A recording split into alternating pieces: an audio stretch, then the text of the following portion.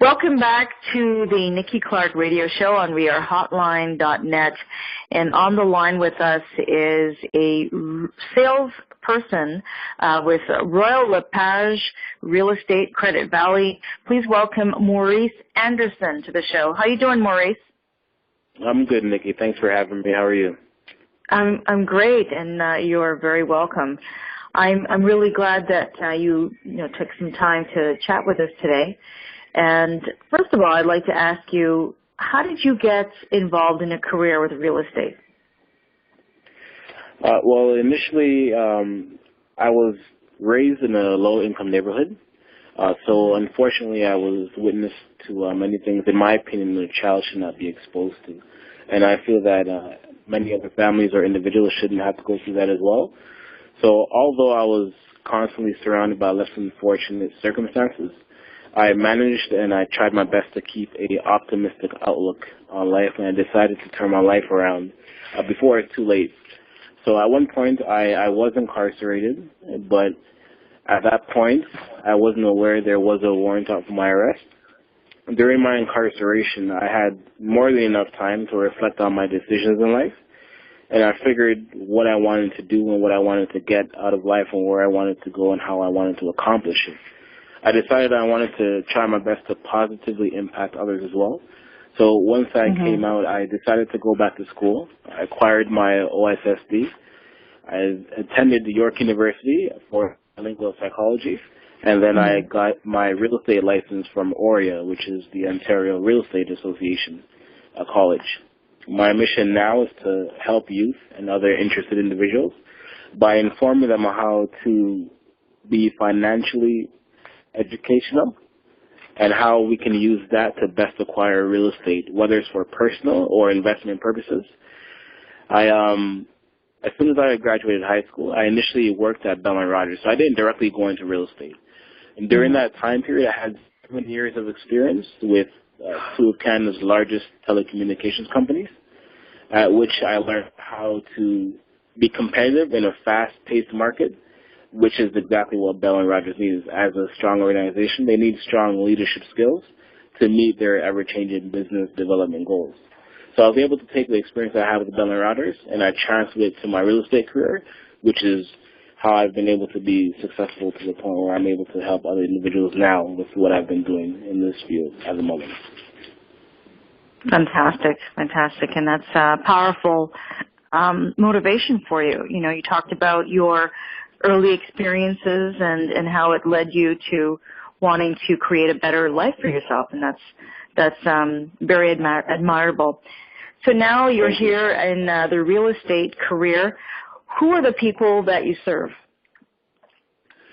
Initially, I started in real estate in Brampton because that's where I was living at the time when I acquired my license.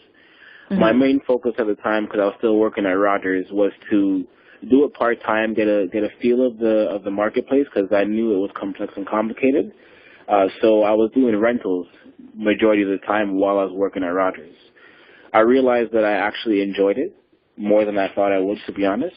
And I decided to go full-time, so I proceeded with getting more experience and more knowledge, because the last thing you want as an expert in this field is to be somebody who doesn't have the knowledge a client would require to help them with their needs.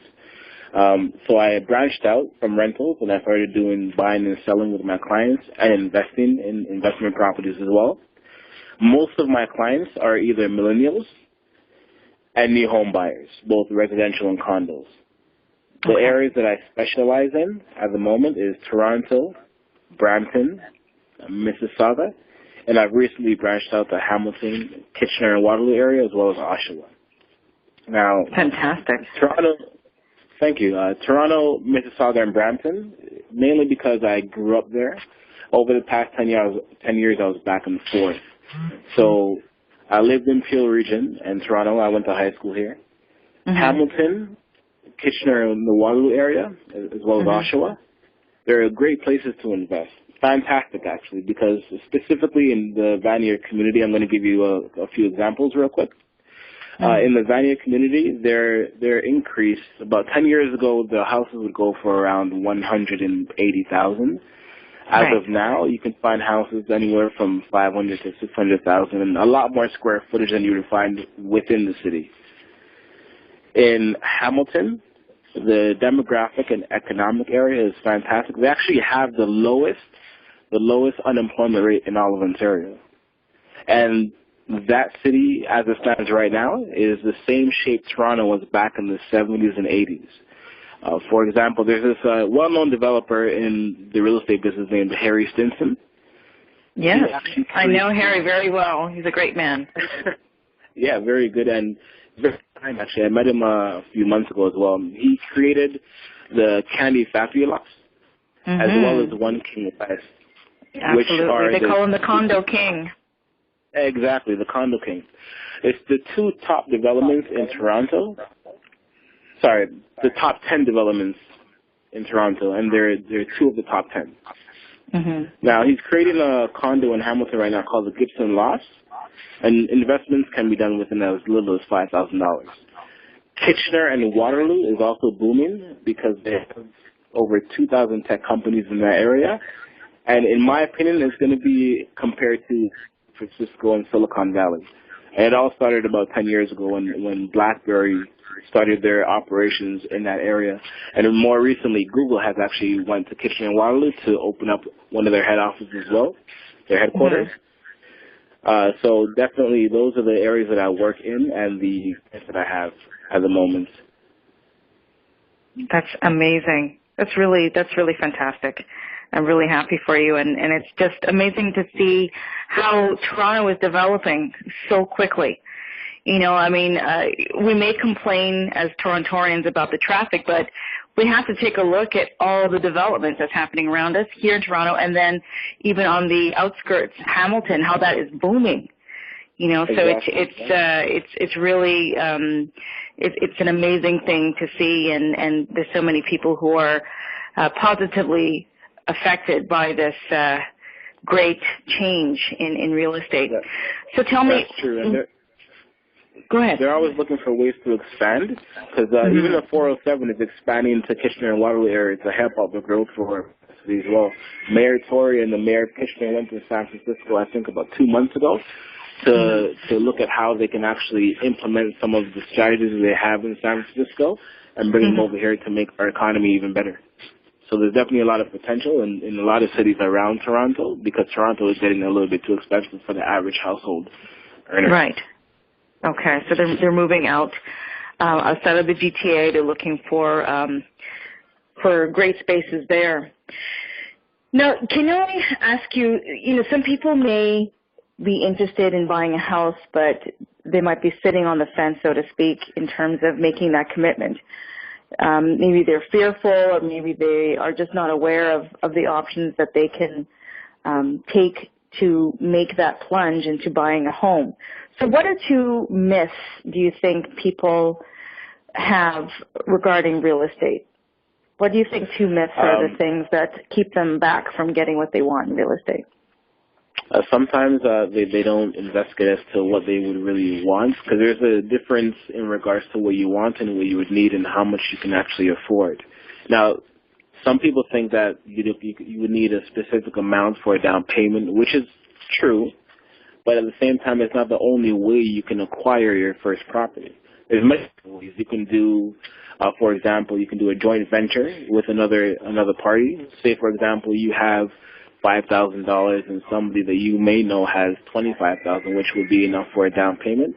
You can do an agreement where it could be 90%, 10%, for example. And after a certain period of time, you have the option of buying them back from the other party.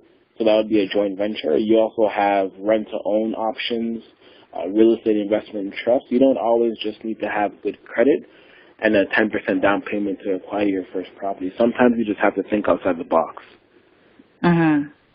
Okay, that is really good. It's very good advice. Now, what are the things that you'd like to do in the next 2 years in real estate? What are some of your goals? My goals, okay. I have a lot of things I want to do. First, I want to actually help out my family and my community as well at the same time. I'm trying to incorporate seminars for the youth, especially because, as I mentioned before, I came from a low-income neighborhood, and in those areas, you don't have Jane and Finch. I was raised at Jane and Finch, and then I moved to Malvern. At that point, I moved to Brampton as well because my mother had to move for work, but I stayed in Toronto because that's where all my other family and friends were. Right. So I want to actually do seminars so I can help the youth in those communities because I know how it is. I know how it feels. Sometimes you don't see the options or what's out there, and you're consumed by social media at the end of the day. If you don't know that you have other options, you may not go another route. Real estate is a great opportunity to do something good for yourself, your family, and your community. So I want to do seminars that enlightens more individuals on how to create generational wealth, basically, and to come off the streets and not go down the path of crime, guns, and violence, because that's the last thing we need in this day and age, especially for our community and our young people. We need to find ways to enlighten them more so than what they see on the TV and just on the news. It's not a good impression, and it sometimes lacks the option of hope that you would instill into somebody else when they have more of an opportunity to do so. And real estate, in my opinion, is a good way to do that, and a good way to teach even grown-ups how to be more fiscally responsible. And then that way they could pass out investments they have in real estate to their children. And that'll be one less thing to worry about, because most of the times the reason why they do go into the life of crime is for the lack of money that they don't have. And at the end of the day, sometimes they're even trying to help out their family, but they just choose the wrong route. And it's a ripple effect. From choosing that route, you're going to make it even worse for you and your family, because you're not the only one affected in a situation like that. So they need role models too, right, to direct them into another path of creating a life for themselves. And you know, you're that beacon that can help them stay on the right path. So we need great people like you, great leaders who have a story. You've been there, you understand, and you can help change someone's life. And then when you're changing their life, you're creating a legacy for their family. So I think it's a wonderful movement that you have, and I support what you're doing. And Maurice, I know people listening right now would love to know more about, you know, who you are, what you do, and also about getting involved in real estate. How can they do that? You can always, anybody who's listening can contact me either through Instagram at Maurice on Homes, Facebook. You can go to facebook.com/Maurice on Homes. Twitter is also at Maurice on Homes. On LinkedIn, you can find me at Maurice Anderson. My full name is Maurice Anderson. My phone number is 416-460-2201. And you can also contact me via email at mauriceanderson@royallepage.ca. Fantastic. Maurice, thank you very much for your time. We really appreciate your pearls of wisdom. You're a young man, but you have a whole lot of life experience, and I know that you're going to do great things by sharing the experience with others. So you've been listening to the Nikki Clarke Radio Show on wearehotline.net, and you've just listened to the interview of Maurice Anderson. Now, if you just joined us later on in the interview, not to worry. We're going to be playing the interview for the month on the Nikki Clarke Radio Show on wearehotline.net from 11 a.m. to noon every day, Monday to Friday. So we look forward to all the great things that you're doing, Maurice. Keep us in the loop. And thank you very much. You have a wonderful day. You're more than welcome. Thank you. You too. Thanks for having me again. You're welcome. Have a good day. Bye. Bye-bye.